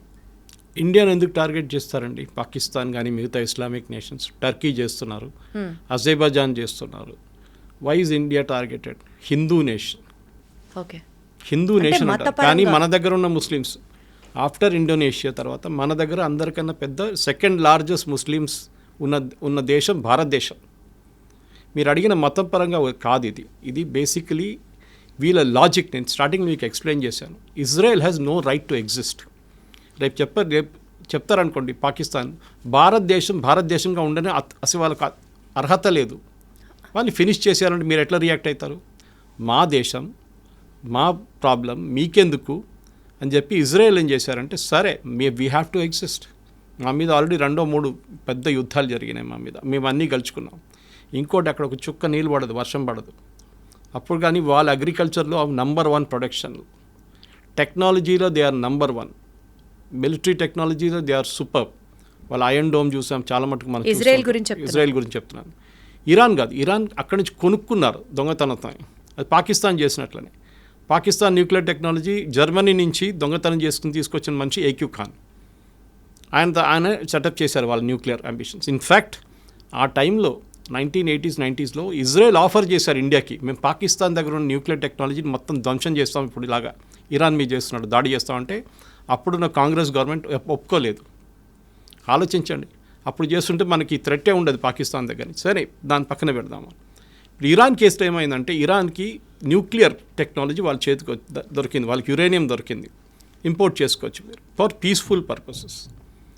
కానీ పీస్ఫుల్ అని ఇరాన్ ఎప్పుడు ఉండరు, మన అందరికి తెలుసు. వాళ్ళకి అంబిషన్ ఏంటంటే, ఒకటి మాకు వరల్డ్లో మేమే నంబర్ 1 లీడర్. అంటే ఒకవైపు టర్కీ ఏమంటున్నారంటే మేమే ఒరిజినల్ ఖలీఫా, అక్కడి నుంచి మా లైనేజ్ డైరెక్ట్ ప్రాఫెట్ మొహమ్మద్ నుంచి మాకే, మేము ఖలీఫేట్ మేమే. ఒటువైపు సౌదీ అరేబియా ఏమంటున్నారు, హోలియస్ట్ సైట్స్ మా దగ్గర ఉంది, మెక్కాన్ మదీనా మా దగ్గర ఉంది, we are the original Muslim Islamic nation. ఇంకోవైపు పాకిస్తాన్, మన అసీం ముని స్టేట్మెంట్ చూసుంటారు, we are the second after Saudi Arabia, మేమే సెకండ్ లార్జెస్ట్ ఇస్లామిక్ నేషన్ అంటున్నారు. ఇప్పుడు ఇరాన్ అంటున్నారు మేమేం చేయాలి, మేము కూడా మా పవర్ చూపించాలని చెప్పి వీళ్ళు న్యూక్లియర్ ప్రాసెసింగ్ స్టార్ట్ చేశారు. ఆల్రెడీ వాళ్ళ దగ్గర బ్యాలిస్టిక్ టెక్నాలజీ ఉంది. బ్యాలిస్టిక్ అంటే మీకు ఒక 100 కిలోమీటర్ నుంచి 500-600 కిలోమీటర్ కొట్టచ్చు మీరు. ఇప్పుడు 1000 కిలోమీటర్ కూడా ఉంది, మిసైల్స్ కొట్టచ్చు. కానీ మిసైల్స్ని మీరు ఒకటి అమ్యునిషన్ పెట్టి పంపించవచ్చు, ఇంకోటి న్యూక్లియర్ వెపన్ పెట్టి పంపించవచ్చు. న్యూక్లియర్ వెపన్ ఎవరు వాడరు, ఉంటుంది దమ్కి వేయడానికి ఉంటుంది అంతే, నా దగ్గర ఉంది చూడు అని చెప్పడానికి. పాకిస్తాన్ చేసినట్లు మనం బ్లఫ్, మోదీ గారు అన్న వీ కాల్ దేర్ బ్లఫ్ అన్నారు. ఇరాన్ ఏం చేశారంటే న్యూక్లియర్ ప్రాసెసింగ్ మొదలుపెట్టి వాళ్ళ పవర్ ప్లాంట్ ఉంది, వాళ్ళకి ఒక న్యూక్లియర్ పవర్ ప్లాంట్ అక్కడ వాడుకుంటారు. ఇప్పుడు మన హైదరాబాద్లో చర్లపల్లిలో న్యూక్లియర్ ఫ్యూయల్ కాంప్లెక్స్ ఉంది. మనం బయట నుంచి తెప్పించుకున్న యురేనియం అంతా, అది కాకుండా మన దగ్గర ఉన్న కొంచెం యురేనియం వాడుకొని దాన్ని ప్రాసెస్ చేసి రాడ్స్లో తయారు చేసి మన కల్పాకం కానివ్వండి, మిగతా మన కైగా లాంటి అటామిక్ పవర్ ప్రాజెక్ట్స్కి పంపిస్తాం. ఓకే, అక్కడ వాళ్ళు దాన్ని న్యూక్లియర్ పవర్గా వాడుకుంటారు, న్యూక్లియర్ పవర్ జనరేట్ చేయడానికి వాడుకుంటారు. దానికి ఒక ప్యూరిటీ లెవెల్ ఉంటుంది. ఓకే, అంటే మీరు వెపన్ గ్రేడ్కి వెళ్ళాలంటే న్యూక్లియర్ సివిలియన్ యూస్కి మీకు 20-40% ప్యూరిటీ ఉంటే చాలు. 40 కూడా చాలా ఎక్కువ. కానీ మీరు 60% దాకా ప్యూరిటీ మీరు, అంటే ఈ సెంట్రిఫ్యూజ్ అంటారు దాన్ని. మీరు కాలేజ్లో మనం ఫిజిక్స్ కెమిస్ట్రీ ఎక్స్పెరిమెంట్ చేస్తున్నప్పుడు ట్యూబ్స్ పెట్టి ట్యూబ్స్లో కొన్ని లిక్విడ్ సెంట్రిఫ్యూజ్ చేస్తారు, దాన్ని ఫాస్ట్గా తిప్పుతాం. దాని నెక్స్ట్ టెక్నాలజీ చాలా advance technology, same centrifuge technology nuclear యురేనియంలో యూజ్ చేస్తారు ప్యూరిటీ తీసుకురావడానికి. వీళ్ళు కూడా ఏం చేశారంటే, ఇరాన్ ఈ కొంచెం రిలాక్స్గా ఉన్న టైంలో యూఎస్ కానీ వీళ్ళని కానీ బయట నుంచి ఏదో ఇంకో పేరు చెప్పి ఆ సెంట్రిఫ్యూజ్ తెప్పించుకున్నారు. సో వీళ్ళు ప్యూరిటీ ఎక్కువ చేస్తాడం మొదలు పెడితే యూఎస్ వాళ్ళు ప్రెషర్ పెట్టిన తర్వాత, మేము బాంబ్ చేస్తాం మీ మీద అని చెప్పిన తర్వాత వాళ్ళు ఏం చేశారు, international atomic energy agency IAEA, వీళ్ళు వరల్డ్ వైడ్ ఒక వాచ్ డాగ్ అంటాం మనం. అంటే ఎక్కడెక్కడ న్యూక్లియర్ టెక్నాలజీ ఉందో వీళ్ళు అక్కడ ఇన్స్పెక్షన్ చేస్తారు. It's UN body, independent UN body అన్నమాట. సో IAEA ఏం చేస్తారంటే, వాళ్ళు వచ్చి ఇరాన్ మీద మేము మొత్తం నిఘా పెట్టబోతున్నాం. సో వాళ్ళు ఏం చేస్తారంటే ఇన్స్పెక్షన్స్ ఉంటుంది వాళ్ళకి, సర్ప్రైజ్ ఇన్స్పెక్షన్స్. మీరు ఎందుకు వాడుతున్నారు, మీరు ఎక్కడి దాకా వచ్చారు, లేదు చూడండి మేము సివిలియన్కే వాడుకుంటున్నాం, ఆ రికార్డు చూసుకోండి అని చెప్పి అంతా చూపిస్తారు. అది కాకుండా వాళ్ళు CCTV కెమెరా పెడతారు, చాలా హై రెజల్యూషన్, కంటిన్యూస్ మానిటరింగ్ ఉంటుంది ఇరాన్ మీద అన్నమాట. మన మీద కూడా ఉంటుంది, ఒక్కొక్కసారి మనం కూడా డిస్క్లోజ్ చేయాల్సి వస్తుంది. సో అది కాకుండా ఇరాన్ ఏం చేశారంటే ఈ ప్యూరిటీ ఎక్కువ పెంచడం మొదలుపెట్టారు. 50 దాకా వచ్చారు, 50 నుంచి 55కి వచ్చారు. మొన్న 55కి వచ్చినప్పుడు సడన్గా ఇజ్రాయెల్ ప్యానిక్ అయ్యారు. ఎందుకంటే ఒకసారి 60% క్రాస్ చేస్తే వీళ్ళు న్యూక్లియర్ వెపన్స్ తయారు చేయొచ్చు. యురేనియం ప్యూరిటీ 60% కన్నా ఎక్కువ అయితే you can make nuclear weapons. అప్పుడు దాకా మీ సివిలియన్ యూస్కి వాడుకుంటారు. ఆ టైంలో అమెరికా నెగోసియేషన్స్ మొదలుపెట్టారు. మీకు గుర్తుంటుంది, ప్రెసిడెంట్ ట్రంప్ ఇరాన్తో మాట్లాడడం, ఫస్ట్ రౌండ్, సెకండ్ రౌండ్ అవును సార్. బహ్రెయిన్లో జరిగింది, ఒమాన్లో జరిగింది టాక్, కానీ ఇక్కడికి వెళ్ళట్లేదు. ఎందుకు ఇరాన్ ఫైనల్ ఏమేంటంటే మాకు బాంబు కావాలి. కానీ వాళ్ళు ఏమంటారు, మేము చేయట్లేదు, చూడండి మేము మంచి అబ్బాయిలు, మేము ఏం చేయట్లేదు. కానీ అయ్యి ఏం చెప్పారంటే వీళ్ళు చీట్ చేస్తున్నారు, వీళ్ళు కెమెరాలు ఆఫ్ చేసేస్తున్నారు, కెమెరా మీద బట్టలు వేసేస్తున్నారు, ఏదేదో పని చేస్తున్నారు, సెంట్రిఫ్యూజ్ తెప్పించుకుంటున్నారు బయట నుంచి, ప్యూరిటీ ఎక్కువ చేస్తున్నారు. లాస్ట్కి వచ్చినప్పుడు ఒక 2 వారాల ముందు ఫైనల్లీ ఇజ్రాయెల్ డిసైడ్ చేసుకున్నారు, ఇంకా ఒక నెల ఆగితే, 2 నెలలు ఆగితే వాళ్ళు వెపన్స్ గ్రేడ్ యురేనియం తయారు చేసుకుంటారు. దాని తర్వాత వాళ్ళని ఆపలేము, పాకిస్తాన్ లాగా అయిపోతారు. మా దగ్గర ఇప్పుడు పాకిస్తాన్ దగ్గర 80 వెపన్స్ ఉన్నాయి, న్యూక్లియర్ గ్రేడ్ వెపన్స్ రెడీగా ఉన్నాయి వాళ్ళ దగ్గర. మన దగ్గర 150 ఉంది, చైనా దగ్గర 500 ఉంది, యూఎస్ అయితే బియాండ్ థౌజండ్స్లో ఉన్నాయి వాళ్ళ దగ్గర. సో ఇప్పుడు ఏమైందంటే లోకంలో 5-6 నేషన్స్ ఉన్నారు, వెపన్స్ ఉన్న నేషన్స్. ఇరాన్ దగ్గర వస్తే వీళ్ళకి భయం ఏంటంటే ఇజ్రాయెల్కి వాళ్ళు ఎప్పుడైనా వాడుకుంటారు, ఎక్కడైనా వాడుకుంటారు. హుతీస్కి ఇచ్చేస్తారు, హెజ్బుల్లాకి ఇచ్చేస్తారు, హమాస్కి ఇచ్చేస్తారు, వాళ్ళ ఎగ్జిస్టెన్స్ ఉండదు ఇజ్రాయెల్. ఎందుకంటే ఒకసారి ఒక న్యూక్లియర్ బాంబ్ వేసిన తర్వాత దాని చుట్టుపక్కల ఉన్న 1000 కిలోమీటర్ దాకా మీరు అసలు ఉండలేరు. నెక్స్ట్ 5000 సంవత్సరాల దాకా ఉండలేరు మీరు అక్కడ. అది కంప్లీట్ అంత రేడియేషన్ ఉంటుందన్నమాట. మనం చూసాం హిరోషిమా నాగసాకిలో ఏం జరిగిందనేది. సో న్యూక్లియర్ డెటనేషన్ అంటే చాలా సీరియస్ ఇష్యూ. దానికోసం మనం ఇప్పుడు డెటనేషన్ చేస్తున్నప్పుడు, మనం టెస్ట్ చేస్తున్నప్పుడు ఏదో ఒక డెజర్ట్లో వెళ్ళి చేసుకుంటాం మనం టెస్ట్. పోఖ్రాన్లో ఎందుకు టెస్ట్ చేస్తామంటే పోఖ్రాన్ డెజర్ట్ నడిమిట్లో ఉంది, మన థార్ డెజర్ట్ నడిమిట్లో రాజస్థాన్లో. అది కూడా లోపలికి తవ్వి 20 కిలోమీటర్ లోపలికి వెళ్ళి, లేకుంటే 15 కిలోమీటర్ లోపలికి వెళ్ళి అక్కడ మనం వెపన్ పెట్టి టెస్ట్ చేస్తాం దాన్ని. సో రేడియేషన్ పైకి రాకుండా చిన్న ఎర్త్క్వేక్ లాగా ఉంటుంది, భూకంపంగా వస్తుంది ఆ టైంలో, 3-4 రిక్టర్ స్కేల్ మీద వస్తుంది అనమాట. సో ఈ దాంట్లో ఇజ్రాయెల్ ఏం డిసైడ్ చేశారంటే 2 వారాల ముందు వీళ్ళని ఇట్లా ఇవ్వకూడదు, వీళ్ళు తయారు చేసుకుంటే వీళ్ళది ఫస్ట్ వీళ్ళ న్యూక్లియర్ అసెట్స్ మీద కొట్టాలి. సో వీళ్ళు 3-4 సైట్స్ ఉన్నాయి వీళ్ళ దగ్గర. సో ఈ న్యూక్లియర్ అసెట్స్ మీరు సివిలియన్ యూస్ ఒకటే, మీరు కల్పాకం లాంటి రియాక్టర్ కానివ్వండి, కైగా లాంటి రియాక్టర్ అంతా మనకు కనిపిస్తుంది బయట న్యూక్లియర్ ప్లాంట్ అంటే. కానీ న్యూక్లియర్ వెపన్స్ ఎప్పుడు స్టోర్ చేసేది మౌంటైన్స్ లోపల స్టోర్ చేస్తారు. మన పాకిస్తాన్ చూసాం, కిరాణా హిల్స్లో కొట్టాం మనం వాళ్ళ మీద. కొట్టలేదని మనం అంటున్నాం, కానీ జరిగింది. We didn't hit the weapons directly, కానీ దాన్ని కైరానా హిల్స్ ఫేస్ అంటే మౌంటైన్ లోపల ఎంటర్ అయ్యే గేట్ ఉంది చూడండి, అక్కడ కొట్టాం. ఇప్పుడు దాంట్ లోపల ఎంటర్ చేయలేకపోతున్నారు పాకిస్తాన్. అక్కడ ఏం జరిగిందో వాళ్ళకి తెలియదు. ఇజ్రాయెల్ కూడా అదే స్ట్రాటజీ యూజ్ చేశారు. ఇన్ఫ్యాక్ట్ చాలా మటుకు డిఫెన్స్ ఎక్స్పర్ట్స్ ఏమంటున్నారంటే భారతదేశం చేసిన అదే స్ట్రాటజీ పాకిస్తాన్ వ్యతిరేకంగా ఇజ్రాయెల్ చేశారు. ఒకటి ఫస్ట్ వాళ్ళు ఏం చేశారంటే వాళ్ళ ఎయిర్ డిఫెన్స్ కొట్టుపడేశారు మొత్తం. మనం కూడా అదే చేస్తాం. Exactly sir. Chinese air defence system ఉండే మొత్తం ధ్వంసం చేసిన తర్వాత మనకు ఫ్రీ రైడ్ అయిపోయింది. మనకి వాళ్ళ ఎయిర్క్రాఫ్ట్ టేక్ ఆఫ్ చేయలేకపోయినారు, మన రన్వేని కొట్టాం. సో దేవర్ స్టక్. మన వాళ్ళకి ఫ్రీ టైం దొరికింది, మిసైల్స్ కూడా ఎట్లా కావాలంటే అట్లా కొట్టారు మన వాళ్ళు. కానీ ఇప్పుడు ఏం జరిగింది, ఇజ్రాయెల్ కూడా అదే చేశారు ఇరాన్ మీద. కానీ ఇరాన్ దగ్గర ఒక అడ్వాంటేజ్ అంటే పాకిస్తాన్ దగ్గర కాకుండా వాళ్ళ దగ్గర మిసైల్స్ చాలా ఉన్నాయి. ఓవర్ ద ఇయర్స్ ఈ హమాస్ హూతీస్కే వాళ్ళు ఆల్మోస్ట్ 40,000, వీళ్ళు హెజ్బుల్లాకి ఆల్మోస్ట్ 30,000-40,000 మిసైల్స్ ఇచ్చారు వాళ్ళు. దాంట్లో చిన్న మిసైల్స్ ఉంటాయి, పెద్దది ఉంటాయి, బ్యాలిస్టిక్ ఉంటాయి, అన్నీ ఉంటుంది.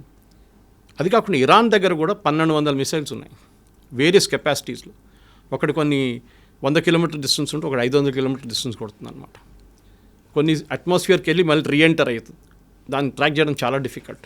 మన దగ్గర బ్రహ్మోస్ ఉంది చూడండి అట్లాంటిది. సో వాళ్ళు ఇంకో పేర్లు ఉన్నాయి దానికన్నా. మనం బ్రహ్మోస్ అని వాడుకుంటాం. మన దగ్గర అగ్ని ఉంది. మిగతా మన దగ్గర చాలా మటుకు రేంజ్ మిసైల్స్ ఉన్నాయి అనమాట. నాగ్ ఉంది, అందరూ యాంటీ ట్యాంక్ మిసైల్స్. ఇరాన్ ఏం చేస్తారంటే ఇప్పుడు ఈ జరిగిన దాడిలో ఫస్ట్ వాళ్ళ మీద దాడి జరిగినప్పుడు ఇజ్రాయెల్ ఏం చేశారంటే వాళ్ళ మేజర్ కమాండర్స్, ఆర్మీ చీఫ్ కానివ్వండి, వాళ్ళ ఎయిర్ ఫోర్స్ చీఫ్ కానివ్వండి, వాళ్ళ మేజర్ ఆర్మీ కమాండర్స్ని 10 మందిని చంపేశారు. సూపర్ ఇంటెలిజెన్స్ అంటే వీళ్ళు ఎక్కడ కూర్చుంటారో ఎవరికి తెలియదు, వాళ్ళకే తెలియదు, వాళ్ళ తోడున్న వాళ్ళకి తెలియకుండా ఇస్రాయెల్లో ఉన్న మొసాడ్ వాళ్ళు ఇరాన్లో వచ్చి అక్కడ ఉండి చేపించారు ఇది. ఇప్పుడు మీకు ఇక్కడ వచ్చే ముందు రికార్డింగ్ ఒకటి వింటున్నాను. వీళ్ళ మొబైల్ ఫోన్స్ ట్రాక్ చేశారంట. అప్పుడు వీళ్ళు ఏం చేశారు, మొబైల్ ఫోన్ ఆఫ్ చేసి పెట్టేశారు. మీరు మొబైల్ ఫోన్ ఆఫ్ చేస్తే మిమ్మల్ని ఎవరు ట్రాక్ చేయలేరు టెక్నికల్గా. కానీ అది కూడా ఇజ్రాయెల్ దగ్గర టెక్నాలజీ ఉందంట. మొబైల్ ఆఫ్ చేస్తే పెడితే కూడా టెక్నాలజీ మీ మొబైల్ని ట్రాక్ చేస్తారంట. So Israel is super duper smart టెక్నాలజీలో వాళ్ళని. అది కాకుండా ఇంటెలిజెన్స్లో మొసాడ్ లాంటి ఏజెన్సీని ఈవెన్ అమెరికన్ సిఐ పనికిరాదు. They are super. ఇప్పుడు కాదు, ఫస్ట్ టైం కాదు. వాళ్ళ మ్యూనిక్ ఒలింపిక్స్లో 11 మంది అథ్లీట్స్ని చంపిన వాళ్ళలో 8 మంది వచ్చి చేశారు మెయిన్ టెర్రరిస్ట్ 8 మందిని వాళ్ళు చంపారు. తర్వాత ఒక్కరినైతే ఒక 20 సంవత్సరాల తర్వాత వెళ్ళి బ్రెజిలియన్ జంగిల్లో వెళ్ళి కొట్టారు. ఆలోచించండి. మొసాడ్ ఇస్ చాలా సూపర్. వాళ్ళు చాలా ప్లేసెస్లో అసాసినేషన్ చేశారు ఇలా ఎనిమీస్ మీద అనమాట. ఇజ్రాయెల్ ఎనిమీస్ ఎక్కడకుండా వాళ్ళ మీద చేశారు. అది కాకుండా ఇప్పుడు జరిగిన మొన్న దాంట్లో ఫస్ట్ వీళ్ళ ఆర్మీ లీడర్షిప్ మొత్తం కొట్టేశారు. న్యూక్లియర్ సైంటిస్ట్ని చంపేశారు. దీనికన్నా ముందు కూడా చేశారు. ఈవెన్ యూఎస్ చేశారు. సొలైమానీ బాంబింగ్ ఒకటి ఉండే, ఫేమస్ బాంబింగ్ ఒకటి, అక్కడ కూడా వాళ్ళు చేసింది అదే. ఇప్పుడు మన హెజ్బుల్లా బాంబింగ్ చూసాం. హెజ్బుల్లాది మీటింగ్ జరుగుతున్నప్పుడు నస్రుల్లాని కొట్టారు. అది కూడా బంకర్ 3 ఫ్లోర్ల కింద. బంకర్ బస్టర్ బాంబ్ అంటారు దాన్ని. అంటే బాంబు పైనుంచి డ్రిల్ చేసుకుంటూ పోతుంది. డ్రిల్ చేసి వెళ్ళి కింద ఎక్కడ ఉందో అక్కడ వెళ్ళి కంప్లీట్ బ్లాస్ట్ అయిపోతుంది అనమాట. షాక్తో చనిపోతారు, మంటలేమి ఉండదు. ఈవెన్ నసరుల్లా బాడీ అట్లనే దొరికింది ఇంటాక్ట్. ఈ డైడ్ ఆఫ్ షాక్. ఇజ్రాయెల్ మనకు అదే బాంబ్ బాలాకోట్లో ఇచ్చారు. బాలాకోట్ బాంబింగ్ భారతదేశం చేసినప్పుడు మన పుల్వామా అటాక్ తర్వాత వీ డిడ్ బాలాకోట్, వాళ్ళ టెర్రరిస్ట్ గ్రూప్ మీద అటాక్ చేసాం పాకిస్తాన్లో. మనకు వాడిన బాంబ్ బంకర్ బస్టర్ బాంబ్. ఇప్పుడు ఇజ్రాయెల్ దగ్గర ఆ బాంబులు లేవు అన్నప్పుడు మనం ఇజ్రాయెల్కి ఇచ్చాం. మన దగ్గర అదే అడగబోతున్నాను సార్. ఇప్పుడు ఇండియాకి diaspora is there with Israel and Iran. And తెలియకుండానే ఇందాక కూడా మీరు అంటున్నారు కాంగ్రెస్ గవర్నమెంట్లో మనం తెలియక ఇరాన్ సపోర్టెడ్ హమాస్ గ్రూప్స్ని మనం కూడా టెర్రరిస్ట్ కాదు అనుకుంటూ but we are still supporting there. India ఇద్దరికీ తెలిసిన నేషన్ అవ్వడం వల్ల suppose if India has to take a stand, ఎవరికి సపోర్ట్ చేస్తుంది ఇండియా? ఎవరికి సపోర్ట్ చేస్తే నష్టం? న్యూట్రల్గా ఉన్నా కూడా ఒక రకంగా కత్తి మీద సావలానే ఉంది ఇండియా పరిస్థితి. అసలు what is the future prediction for India? ఎవరికి సపోర్ట్ చేయాలి? చేస్తే ఎవరికి మంచిది? చేయకపోతే ఏం జరగబోతోంది? ఇద్దరికి బ్యాలెన్స్ చేయాల్సి వస్తుందండి. మనకి ఎప్పుడైనా పాజిటివ్ రిలేషన్షిప్ ఇజ్రాయెల్తోనే ఉంది. దానికోసం మొన్న SCO ఒక బాడీ ఉంది, మన బ్రెజిల్, చైనా వీళ్ళందరూ ఉన్న సోవియట్ యూనియన్లో ఉన్న ఒక బ్లాక్ ఉంది ఒకటి. అక్కడ మొన్న ఒక రెజల్యూషన్ పాస్ చేశారు ఇజ్రాయెల్ వ్యతిరేకంగా. భారతదేశం దాని నుంచి బయటకు వచ్చేసింది resolution. We didn't accept it. So ఇజ్రాయెల్కి వ్యతిరేకంగా భారతదేశం లేదు. First point. సెకండ్, ఇరాన్తో కూడా మనం ఫ్రెండ్షిప్ పెట్టుకుంటున్నాం. ఎందుకంటే ఇరాన్కి ఏం కావాలంటే వాళ్ళకి తెలుసు వాళ్ళ వైపు నుంచి ఎవరు రావట్లేదు. ఇప్పుడు చూడండి, ఈ వార్లో ఒక్క దేశం ఇంక్లూడింగ్ పాకిస్తాన్ వాళ్ళ వైపు రావట్లేదు. ఇరాన్ సపోర్టెడ్ హమాస్ గ్రూప్స్ని ఇండియా ఎందుకు సపోర్ట్ చేస్తుంది సార్? మరి ఇండియా సపోర్ట్ చేయట్లేదు, ఇండియా కండమ్ చేయట్లేదు. We are not declared them as a terrorist group. Problem ఎక్కడ వస్తుందంటే షియాస్, మన దగ్గర ఉన్న షియాస్, కశ్మీర్ వైపు షియా పాపులేషన్ ఎక్కువ. మీరు లదాఖ్కి వెళ్తే, లదాఖ్ ఒక యూనియన్ టెరిటరీగా తీసుకుంటే లదాఖ్లో రెండు పీసులు ఉన్నాయి. ఒకటి నేను ఒక 1 year ముందు వెళ్ళాను అక్కడికి. ఒకవైపు వైపు బుద్ధిస్ట్ ఉంటారు, వేరే కార్గిల్ వైపు లద్దాఖ్ది మొత్తం షియా ముస్లిమ్స్ ఉంటారు. మీరు అక్కడ వెళ్తే కాఫీ షాప్లలో, రెస్టారెంట్లలో, హెయిర్ కటింగ్ సెలూన్లలో అంత ఖొమేనీ ఫోటో కనిపిస్తుంది మీకు. They are Shias. ఇప్పుడు నేను అడిగా చాలామంది నా దగ్గర, సురేష్ గారు ఈ కశ్మీర్ నుంచి వెళ్ళారా చాలామంది అంటున్నారు, ఇరాన్కి చదువుకోవడానికి అన్నారు. నేను చెప్పాను కరెక్ట్. మిగతా ఎవరైనా ఇండియా నుంచి యూఎస్కి వెళ్తారు, యూకేకి వెళ్తారు, యూరోప్కి వెళ్తారు, కెనడాకి వెళ్తారు, ఆస్ట్రేలియాకి వెళ్తారు, కానీ ఇరాన్కి చదువుకోవడానికి ఎవరు వెళ్ళారు? నిన్న మొత్తం పెద్ద గొడవ రాత్రి కదా, మమ్మల్ని అందరిని ఎవాక్యువేట్ చేయండి ఇక్కడి నుంచి అని చెప్పి. అప్పుడు నేను కనుక్కున్నప్పుడు తెలిసిపోయింది వీళ్ళంతా కశ్మీర్ నుంచి వెళ్ళిన వాళ్ళు, షియా ముస్లిమ్స్. ఇండియాకి ఆ రకంగా కూడా అక్కడ ఒక కనెక్షన్ ఉందన్న మనకి. ఓకే. తో కశ్మీర్లో గొడవ జరిగినప్పుడు మొన్న కూడా Khamenei, the same Khamenei statement ఏమి ఇచ్చారంటే Kashmir is a disputed territory, ముస్లిమ్స్ని కశ్మీర్ భారతదేశం దగ్గర నుంచి గుంజుకోవాలని స్టేట్మెంట్ ఇచ్చారు ఖమేనీ. ఓకే. రిలీజియస్ యాంగిల్ నుంచి. కానీ మనం దాన్ని లైట్గా తీసుకున్నాం. We just condemned it. ఆయన తర్వాత దాని గురించి మాట్లాడలేదు, ఏదో ఒక రోజు జోష్లో చెప్పేసిండు అంతే. అదే టైంలో మనకి చాబార్ ఫోర్ట్ అనే పోర్ట్ ఉంది ఇరాన్లో. మన ఆ పోర్ట్ని కాంట్రాక్ట్లో తీసుకున్నాం, అంటే అవుట్సోర్సింగ్లో తీసుకున్నాం మనకు అక్కడ ఒక 6 berths ఇచ్చారు వాళ్ళు. చాలా క్రూషియల్ అది, ఎందుకంటే ఆఫ్ఘనిస్తాన్ ఎంటర్ కావడానికి పాకిస్తాన్ నుంచి వెళ్ళకుండా మనకు వెళ్ళడానికి ఒక రూట్ అది చాబార్ ఫోర్ట్. మన అక్కడ చాలా వేల కోట్లు, ఆల్మోస్ట్ 1000 కోట్లు 2000 కోట్లు పెట్టి ఆ పోర్ట్ని డెవలప్ చేస్తున్నాం. ఇరాన్ దగ్గర డబ్బులు లేవు. శాంక్షన్స్ వచ్చిన తర్వాత, యుఎస్ శాంక్షన్ పెట్టిన తర్వాత ఇరాన్ ఓపెన్లీ వాళ్ళ ఆయిల్ అమ్మలేకపోతున్నారు. ఇప్పుడు రష్యా చేస్తున్నట్లని యుక్రెయిన్ వార్ తర్వాత కొన్ని రోజులు మనం కూడా కొనుక్కున్నాం ఇరాన్ దగ్గర నుంచి క్రూడ్ ఆయిల్ కొనుక్కున్నాం. కానీ దాని తర్వాత మళ్ళీ పేమెంట్ ప్రాబ్లం వచ్చింది. యుఎస్ అన్నారు బ్యాంకింగ్ సిస్టమ్ పనిచేయదు, ఇరాన్తో మీరు డీల్ చేసుకుంటే డీల్ చేసుకోండి అని. కొన్ని రోజులు మన దగ్గర రూపీ ట్రేడ్ చేసుకున్నారు, రూపీ ట్రేడ్. దాని తర్వాత బాటర్ ట్రేడ్ పెట్టుకున్నారు, మీరు మాకు బియ్యం ఇవ్వండి, మేము మీకు ఫ్యూయల్ ఇస్తామని, క్రూడ్ ఆయిల్ ఇస్తామని. సో రెండు వైపు నుంచి మీరు అడిగిన ప్రశ్నకి మనకి ఇజ్రాయెల్ చాలా కావాలి మనకి. టెక్నాలజీ వైపు మన వెపన్స్ అన్నీ మన దగ్గర మొన్న జరిగిన పాకిస్తాన్ మీద జరిగిన దాడిలో 3 మేజర్ వెపన్స్ మ్యానుఫ్యాక్చర్ చేసేది ఇజ్రాయలీ కంపెనీస్ భారతదేశంలో జాయింట్ వెంచర్గా. దాంట్లో ఒకటి హైదరాబాద్ కూడా ఉంది, పేరు చెప్పకూడదు.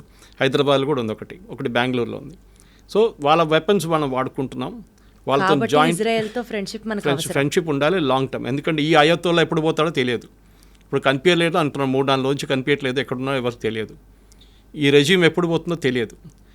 వీళ్ళేమంటున్నారంటే యుఎస్ ఇజ్రాయెల్ ఇద్దరు అంటున్నారు రెజ్యూమ్ చేంజ్, అంటే అక్కడ ఉన్న గవర్నమెంట్ని మార్చడానికి మాకేం ఇంట్రెస్ట్ ఏం లేదు, కానీ ఇరాన్ దగ్గర న్యూక్లియర్ వెపన్స్ ఉండకూడదు. అది మా అల్టీరియర్ ఎయిమ్. వాళ్ళు న్యూక్లియర్ టెక్నాలజీ పీస్ఫుల్ యూస్కి వాడుకుంటే మాకు ప్రాబ్లం లేదు, కానీ వాళ్ళు వెపన్ గ్రేడ్కి వస్తే మేము వాళ్ళని కొట్టుపడేస్తాం. అదేమి ఇప్పుడు చేస్తున్నారు. ఇప్పుడు ఏమైపోయిందంటే లాస్ట్ 3 రోజుల్లో, ఎస్పెషలీ లాస్ట్ నైట్లో చాలా మట్టుకు ఇరాన్ మీద మేజర్ టౌన్స్ మీద, ఎస్పెషలీ తెహరాన్ కానివ్వండి, ఇంకోటి ఇస్ఫహాన్ అని చెప్పి వాళ్ళకి పెద్ద టౌన్ ఉంది. ఇంతకు ఇస్ఫహాన్కి హైదరాబాద్కి పెద్ద కనెక్షన్ ఉంది. ఇక్కడ మన వాళ్ళు ఈ పర్షియా నుంచి వచ్చిన వాళ్ళు చాలామంది హైదరాబాద్కి వచ్చి సెటిల్ అయ్యారు, ఇంక్లూడింగ్ నిజామ్స్. కంప్లీట్ డైనాసిటీ అక్కడి నుంచి వచ్చారు, అసఫ్జాయి. సో వాళ్ళు ఈ హైదరాబాద్ మీరు ఎయిర్ నుంచి ఒక హెలికాప్టర్లో వెళ్ళి మీరు చార్మినార్ దగ్గర నుంచి ఒక షాట్ తీసుకొని అదే షాట్ మీరు ఇరాన్ ఇస్ఫహాన్ టౌన్ నడిమిట్లో తీసుకుంటే 2 సేమ్ ఉంటుంది. సో ఇస్ఫహాన్ హైదరాబాద్ మోడల్ చేస్తుంది ఇస్ఫహాన్ మీద అనమాట. సో ఇస్ఫహాన్లో పెద్ద న్యూక్లియర్ ఫెసిలిటీ ఒకటి ఉంది, ఇంకోటి ఫరోల్ది చెప్పి ఇంకో ప్లేస్లో ఒక న్యూక్లియర్ ఫెసిలిటీ ఉంది. ఇదంతా మౌంటైన్స్ కింద ఉంది. దాన్ని ఇజ్రాయెల్ కొడుతున్నారు రెగ్యులర్గా. ఇప్పుడు అది కాకుండా వీళ్ళ దగ్గర ఉన్న 40,000 అన్నారు, ఫస్ట్ 1,00,000 మిసైల్స్ ఉన్నారు, దాన్ని మళ్ళీ డిగ్రేడ్ చేసి 60 అన్నారు, మళ్ళీ 40 అన్నారు, ఇప్పుడు 20 అంటున్నారు. ఇప్పుడు ఇరాన్ దగ్గర బహుశా ఉన్నది ఒక 15,000 మిసైల్స్. దాన్ని కూడా లాంచర్ మీద పెట్టినప్పుడు నిన్న కూడా చూసాం మనం చాలా మటుకు వీడియోలు, ఇజ్రాయెల్ కొట్టారు లాంచర్ మీద. ఎందుకంటే ఇది దివాళీ పటాకాలు కాదు కదా, ఏదో బాటిల్లో పెట్టి పంపించడానికి పైకి లాంచర్లు కావాల్సి వస్తుంది. మొబైల్ లాంచర్స్ ఉంటుంది, ఫిక్స్డ్ లాంచర్స్ ఉంటుంది. మొబైల్ లాంచర్స్ ట్రాక్ చేయడానికి డిఫికల్ట్ ఉంటుంది. పెద్ద లారీస్ ఉంటుంది, పెద్ద లారీ మీద ఒక మిసైల్ ఇట్లా పెట్టుకొని దాన్ని టిల్ట్ చేసి ఫైర్ చేస్తారు. సో దాన్ని ఆ టైం దొరుకుతుంది మీకు ½ అన్ అవర్. వీళ్ళు పైనుంచి శాటిలైట్లో చూసుకుంటూ కూర్చున్నారు ఇజ్రాయలీ. ఇమ్మీడియట్గా వాళ్ళ ఎయిర్క్రాఫ్ట్ చెప్తారు దీని వెళ్ళి కొట్టరంటారా అని చెప్పి. నిన్న అదే జరిగిందన్నమాట చాలా చోట్ల. సో వాళ్ళని డిగ్రేడ్ చేస్తున్నారు ఇరాన్ని. ఒక టైం వస్తుంది, ఇంకో వారం తర్వాత 10 రోజుల తర్వాత ఇరాన్ దగ్గర మిసైల్స్ ఉండవు. అప్పుడు ఏం చేస్తారు? అదే టైం ఇజ్రాయెల్ కంప్లీట్గా దానికోసం నిన్న కూడా చూడండి, it had absolute run on Tehran. Even president Trump చెప్పారు వెకేట్ టెహరాన్ ఇమీడియట్లీ, తెహరాన్ ఖాళీ చేయండి. వాళ్ళ మీడియా మనలాంటి దూరదర్శన్ లాంటి అవుట్ఫుట్ ఒకటి ఉంది వాళ్ళకి అక్కడ, దాని మీద దాడి చేశారు. లైవ్గా చూపించారు నేను రాత్రి చూడండి. ఒక లేడీ న్యూస్ చదువుతున్నప్పుడు లైవ్గా 9 PM బులెటిన్ కొట్టారు వాళ్ళు ఆ టైంలో కరెక్ట్గా. సో ఇజ్రాయెల్ ఏంటంటే టోటల్ డామినెన్స్. ఇప్పుడు ట్రంప్ కూడా సపోర్ట్ చేయాల్సి వస్తుంది ట్రంప్కి. వాళ్ళకు కూడా ఇంకా they have no other choice యూఎస్కి ఇప్పుడు. సో ఎలా అయితే ఇరాన్ వెపన్స్కి ఇంకా మా దగ్గర అయిపోతున్నాయి అని చెప్పే స్టేట్కి వస్తుందో, న్యూట్రల్గా బిహేవ్ చేసే పొజిషన్ నుంచి ఇండియాకి కూడా కష్టమయ్యే సిచ్యువేషన్ వచ్చింది అనుకుందాం sir. Because India wants Israel and India also has to support Iran. ఏదో ఒక పాయింట్లో మేము న్యూట్రల్గా ఉండలేము అని అనుకున్న టైంలో భారతదేశానికి స్పెసిఫిక్గా హిడెన్ సైబర్ అటాక్స్ దగ్గర నుంచి, ఆయిల్ ప్రైసెస్ విపరీతంగా పెరిగిపోవడం దగ్గర నుంచి ఎకానమీ కొలాప్స్ అవ్వడానికి కూడా ఆస్కారం ఉందా? లేదు. ఎందుకంటే ఆయిల్ ట్రేడ్లో ఇరాన్కి అంత పెద్ద షేర్ లేదు ఇప్పుడు, ఎందుకంటే వాళ్ళ మీద బ్యాన్ ఉంది కంప్లీట్గా. కానీ స్ట్రెయిట్ ఆఫ్ హోర్మూజ్ అంటాం మనం, ఒకవైపు సౌదీ అరేబియా, ఇంకోవైపు యమన్, ఒమాన్, వీళ్ళందరూ నడిమించి ఇరాన్ పక్క నుంచి ఒక స్ట్రెయిట్ ఆఫ్ హోర్మూజ్ అని చెప్పి చిన్న ఒక వాటర్వే ఉంది. దాని నుంచి ఆల్మోస్ట్ 60% వరల్డ్ ఆయిల్ అక్కడి నుంచి ఫ్లో అవుతుంది. ఆయిల్ పెద్ద పెద్ద ట్యాంకర్లో. ఇరాన్ దానికి ఆపారనుకోండి మొత్తం కొలాప్స్ అయిపోతుంది ఆయిల్ మార్కెట్. కానీ ఒకవేళ ఆయిల్ మార్కెట్ కూడా గుర్తుపెట్టుకోవాలి మనం, ఇప్పుడు రేపటి కోసం ఇవాళ కొనాం మనం, నెక్స్ట్ 1 yearకు ఉన్న కాంట్రాక్ట్ మనం సైన్ చేసుకుంటాం ఆల్రెడీ. మనని కాదు, ఏ దేశమైనా. ఇప్పుడు సౌదీ అరేబియా కానివ్వండి, అరామ్కో కానివ్వండి, అట్లాంటి కంపెనీస్తో ఒక నెక్స్ట్ 1 year 2 yearsకి అగ్రిమెంట్ ఇప్పుడే సైన్ చేసుకుంటాం. పర్ బ్యారెల్ మాకు $60, $62, $70 లేకుంటే $55 డిఫరెంట్ వేరియేషన్స్ ఉంటుంది క్రూడ్కి. లైట్ క్రూడ్, స్వీట్ ఆయిల్ అంటారు, బ్రెంట్ క్రూడ్ అంటారు, చాలా వేరియేషన్స్ ఉంటుందన్నమాట. మనం అగ్రిమెంట్ సైన్ చేసుకుంటాం, తెప్పించుకుంటాం, దాన్ని రీఫైన్ చేసుకుంటాం. రీఫైన్ చేసి మనం ఇండియన్ ఆయిల్ కానీ భారత్ పెట్రోలియం కానీ వీరందరూ తీసుకెళ్ళి వాళ్ళ బంక్లో ఫిలప్ చేసుకుంటారు. సో రేపటికి వచ్చే వారానికి ఎప్పుడు మనం క్రూడ్ కొనాం. సో మనకి ఇప్పుడు ప్రాబ్లం కూడా జరిగింది అనుకోండి, దాని ఇంపాక్ట్ ఒక 6 నెలల తర్వాతనే ఉంటుంది, ఇప్పుడు ఉండదు. అది కాకుండా భారతదేశం దగ్గర యూఎస్ చేసినట్లనే మనం కూడా మోదీ గవర్నమెంట్ వచ్చిన తర్వాత స్ట్రాటజిక్ రిజర్వ్స్ అని చెప్పి ఒక కాన్సెప్ట్ పెట్టాం. అంటే మ్యాంగళూరు వైపు, ఇంకోటి వైజాగ్ వైపు ఉందనుకుంటే, ఎక్కడని చెప్పట్లేదు, పెద్ద అండర్ గ్రౌండ్ ట్యాంకర్స్ తయారు చేసుకున్నాం మనం. ట్యాంక్స్ పెద్దది, చాలా పెద్దది. అక్కడ ఏం చేసుకుంటాం అంటే ఒక రిజర్వ్, ఒక నెల కోసం ఉన్న క్రూడ్ ఆయిల్ అక్కడ రెడీగా పెట్టుకుంటాం మనం. దాంట్లో ఎంత పెద్ద గొడవ జరిగినా కానీ మనకు 2 రోజులు నడిపించడానికి మన దగ్గర క్రూడ్ ఆయిల్ ఉంటుంది. సో ఆ ప్రాబ్లం ఉండదు. So we will never have a problem of crude oil problem. అది కాకుండా మన దేశం ఎకానమిక్ క్రాష్ అస్సలు ప్రసక్తే లేదు. ఎందుకంటే Iran is not a major power. Okay, అది మనం గుర్తుపెట్టుకోవాలి. ఇరాన్ దగ్గర ఉన్నది ఒకటి ఆయిల్ ఒక్కటే వాళ్ళ దగ్గర, ఇంకోటి వాళ్ళ దగ్గర ఉన్న మిసైల్ స్ట్రెంగ్త్, అది ఇప్పుడు చాలా మటుకు డిగ్రేడ్ అయిపోయింది కంప్లీట్గా. సార్ ఇప్పుడు బేసికల్గా ఇరాన్ దృష్టిలో ఇజ్రాయెల్ అనే ఒక నేషన్ ఎగ్జిస్ట్ అవ్వకూడదు అని ఒక డామినెన్స్ కోసం స్టార్ట్ చేసిన ఫైట్లో యుఎస్, యూకే, చైనా, ఈ 3 నేషన్స్లో సార్ ఏది అడ్వాంటేజ్ తీసుకొని ఆ మంటలో నిప్పులో ఆజ్యం పోయడం అంటారు చూడండి, ఆ ఆజ్యం పోసే దేశం ఏది? అండ్ పీస్ పేరుతో సైలెంట్గా పవర్ని గ్రాప్ చేసే స్కెచ్ ఏ దేశం వేస్తుంది సార్? మీరు యూకే, యుఎస్, ఇజ్రాయెల్ ఒక్కటే కలిసి పనిచేస్తున్నారు. ఎందుకంటే ఇప్పుడు ఇరాన్ నుంచి ఫైర్ చేసిన మిసైల్స్ మొన్న కూడా దాంట్లో 30% మిసైల్స్ని కొట్టిపడేస్తుంది యూకే, యుఎస్ అని కాకుండా ఈవెన్ జార్డన్ ఫైటర్ ఎయిర్క్రాఫ్ట్. మిగతా ఐరన్ డోమ్కి వచ్చేదాకా, ఇజ్రాయెల్ దగ్గర వచ్చేదాకా 70% మిగిలింది. దాంట్లో కూడా వాళ్ళు ఆల్మోస్ట్ 90% కొట్టిపడేశారు, 10% మిస్ అయిపోతుంది. ఇప్పుడు మనం కూడా మన పాకిస్తాన్ జరిగినప్పుడు మీరు చూస్తుంటారు, ఆకాశంలో కొడుతున్న షాట్స్ ఉన్నాయి చూడండి, అదే జరుగుతుంది. మన దగ్గర ఉన్న ఐరన్ డోమ్ S-400, అది కాకుండా దాని తర్వాత నెక్స్ట్ మన దగ్గర ఆకాష్ తీర్ ఉంది, దాని తర్వాత యాంటీ ఎయిర్క్రాఫ్ట్ గన్స్ ఉంది. నడిమిట్లో ఒక 5-6 ఉన్నాయి మిసైల్ రేంజెస్. ఇజ్రాయెల్ దగ్గర డేవిడ్ స్లింగ్ అని ఒకటి ఉంది, that is beyond 200 to 300 kilometers వచ్చే మిసైల్స్ తీసుకుంటుంది. దగ్గరకు వచ్చిన 100 kilometers మిస్టి ఇది మన వాళ్ళ ఐరన్ డోమ్ చూసుకుంటుంది అనమాట. అది కాకుండా పేట్రియట్ అని చెప్పి ఇంకో ఎక్స్టెండెడ్ రేంజ్ 500 kilometers ఇంకోటి ఉంది వాళ్ళది, అది అమెరికన్ టెక్నాలజీ. అది ఇది 3 వాడుకోవడం. అది కాకుండా అమెరికా థాడ్ అని చెప్పి వాళ్ళకి ఒక సిస్టమ్ ఉంది, THAD, అది మన S-400 లాగా అనమాట. దాన్ని కూడా అమెరికా ఒక సెట్ తీసుకొచ్చి ఇజ్రాయెల్లో పెట్టారంట, చెప్పట్లేదు దాని గురించి, మాట్లాడలేదు. అంటే US is silently supporting Israel. Has to and is doing it also. Trump చాలా క్లియర్గా చెప్పారు నిన్న కూడా, we are not fighting this war, but at the same time we are not backing out Israel, we are supporting Israel. ఎందుకంటే Israel అనే ఒక community, ఈ Jewish community, US అని కాదు, లోకంలో ఎక్కడైనా they are the most powerful community. Finance వాళ్ళ చేతిలో ఉంటుంది, మీడియా వాళ్ళ చేతిలో ఉంటుంది. యుఎస్లో కూడా అంతే. ఏ యుఎస్ పొలిటీషియన్ కూడా జ్యూస్ని ఇగ్నోర్ చేయరు. ఓకే, ఆ పరిస్థితి ఇప్పుడు మన భారతదేశంలో డయాస్పోరా ఉన్నారు చూడండి, మనం ప్రొఫెషనల్స్, మన డాక్టర్స్ కానీ ఇంజనీర్స్ కానీ ఉంటాం, వాళ్ళది కాదు, వాళ్ళు మీడియా కంట్రోల్ చేస్తారు. ట్రంప్ ఎక్కువ రిలీజ్ చేస్తే ట్రంప్ని దింపేస్తారు, బైడెన్ దింపినట్లు. ఆ పవర్ ఇజ్రాయెల్కి ఉంది. ఇజ్రాయెల్ అని కాదు, జ్యూస్కి ఉంది. వాళ్ళు ఏ దేశంకైనా వెళ్ళండి మీరు, జ్యూస్ ఉంటారు అక్కడ. మన ఎప్పుడు జోకింగ్లు చెప్తారు, ఎక్కడ పోయినా మలయాళీలు కనిపిస్తారు, కేరళ నుంచి ఉన్న వాళ్ళు ఈవెన్ మూన్లో కనిపిస్తారు, అదేలాగా ఇజ్రాయేలీలు కూడా కనిపిస్తారు, జ్యూస్ కనిపిస్తారు. కరెక్ట్ అది. And what about UK and China sir? China ఇప్పుడు ఏం చెప్పారండి, UK is part of this deal anyway. Okay, దాంట్లో డౌట్ లేదు. యూకే ఇస్ విత్ ఇజ్రాయెల్ అనమాట. వాళ్ళు చిన్న చిన్నగా చేసుకుంటారు. చైనా ఎవరికి సపోర్ట్ చేస్తుందో చైనా ఎవరు చేయట్లేదు ఇప్పటికి. చైనా ఓన్లీ రెజల్యూషన్ పాస్ చేస్తుంది, మేము కండెమ్ చేస్తున్నాం, మేము అది చేస్తున్నాం, ఇది చేస్తున్నాం. ఎందుకంటే చైనాకి భయం ఏంటంటే, మేము దీంట్లో గిట్ట దడితే యుఎస్ వచ్చి అక్కడ వాళ్ళ తైవాన్ దగ్గర వచ్చి కూర్చుంటారు, యుఎస్ సౌత్ చైనా సీలో మమ్మల్ని మా షిప్ని పోనీయరు, మేము దీంట్లో గొడవ మాకు పెట్టక్కర్లేదు. వాళ్ళు ఓడిపోతున్న పార్టీతో మేమేం పెట్టుకోము ఇరాన్లో, వాళ్ళు ఓడిపోతారు, రేపు పారిపోతారు, ఆయన రష్యాకి వెళ్ళిపోతారు, ఎక్కడికి వెళ్తారో తెలియదు ఖమేని, కానీ వెళ్ళిపోతారు, గాయబైపోతారని ఒక కాన్ఫిడెన్స్. అంటే ఎవరికి ఇరాన్ మీద నమ్మకం లేదు ప్రస్తుతం. లేదు, ఎందుకంటే ఆ రెజీమ్ పవర్ పోయింది ఇప్పుడు. ఓకే, వాళ్ళు ఇన్ని రోజులు ఏమనుకున్నారంటే వీళ్ళు ఇన్విన్సిబుల్ పవర్, వీళ్ళ దగ్గర మిసైల్స్ 1,00,000 మిసైల్స్ ఉన్నాయి, వాళ్ళు ఈజీగా ట్యాకిల్ చేసుకోండి. ఇజ్రాయెల్ ఎట్లా అంటే వాళ్ళు 1 సంవత్సరం ప్లాన్ చేశారు ఈ ఆపరేషన్, రైజింగ్ లైన్ ఆపరేషన్. ఇప్పుడు మన జరుగుతున్న ఈ ఫైట్ కరెక్ట్గా ప్లాన్ చేసుకొని వాళ్ళు ఆ టార్గెట్స్ కొట్టారు. ఫస్ట్ ఆర్మీ జనరల్స్ మొత్తం వైప్అవుట్ చేసేసారు, రెవల్యూషనరీ గార్డ్ టాప్ టియర్ అంతా చేసేసారు. ఆలోచించండి, ఒక దేశంలో ఉన్న టాప్ మిలిటరీ కమాండ్ మొత్తం తీస్తే ఎట్లా ఫంక్షన్ చేస్తారు. సరే అని చెప్పి Khamenei next in command army చీఫ్ని అపాయింట్ చేశారు. ఆయన్ని 1 గంట సేపు ముందు కొట్టిపాడేశారు, ఇజ్రాయెల్ ఖతం చేశారు ఆయన కూడా. ఇప్పుడు ఆలోచించండి, భయపడతారు, కొత్తని పెడితే వాడిని కొట్టేస్తారు. సినవార్ అదే అయింది, సినవార్ చనిపోయినప్పుడు వాళ్ళు ఇజ్రాయెల్ చంపిన తర్వాత వాళ్ళ బ్రదర్ని అపాయింట్ చేశారు, వాడిని 6 నెలలలోపు వాడిని కూడా కొట్టేశారు.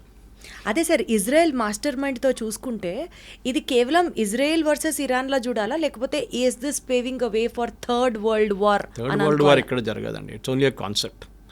First world war, second world war ఎందుకు జరిగింది? చిన్న కిడ్నాపింగ్ ఇన్సిడెంట్తో జరిగింది first world war. Second world war ఒక మిస్అండర్స్టాండింగ్తో స్టార్ట్ అయింది.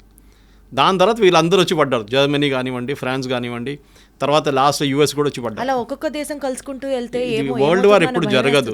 ఫస్ట్ ఆఫ్ ఆల్ అందరికీ first world war, second world వార్లో trade was not a big thing. ఇప్పుడు trade is very big thing.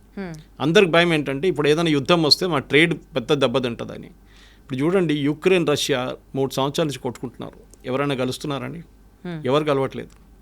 రష్యాకి తెలుసు మేము ఇది గెలవలేము మొత్తం, కానీ యుక్రెయిన్ తెలుసు మేము కూడా గెలవలేము అని చెప్పి, కానీ కొట్టుకుంటున్నారు. అదే సార్, ఒక్కొక్కళ్ళ శత్రువు ఒక్కొక్కళ్ళకి మిత్రుడు అవుతారంటారు కదా. Enemies my friend. ఎగ్జాక్ట్లీ అలానే కనుక ఆలోచిస్తే ఇప్పుడు రష్యా అండ్ ఇజ్రాయెల్ ఫ్రెండ్స్ అయిపోతున్నారు. బికాజ్ ఆల్రెడీ వాళ్ళిద్దరూ ఒకరికొకరు సపోర్ట్ చేసుకుంటున్నారు.